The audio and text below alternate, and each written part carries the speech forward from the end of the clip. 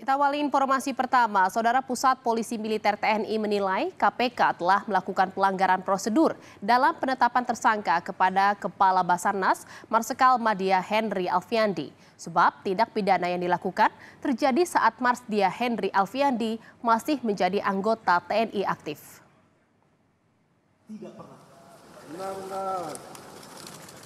Komandan Puspom TNI Marsda Agung Handoko menyebut penetapan tersangka Kepala Basarnas oleh KPK telah menyalahi aturan.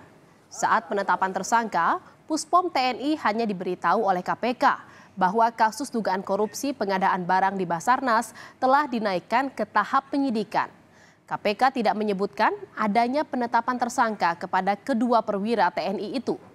TNI menilai peristiwa itu terjadi saat Kepala Basarnas masih menjadi anggota TNI aktif, sehingga secara aturan hal itu merupakan wewenang penyidik militer. Tidak pernah. Saya izin jawab. Jadi menurut kami apa yang dilakukan oleh KPK untuk penetapan personil militer sebagai tersangka menyalahi ketentuan.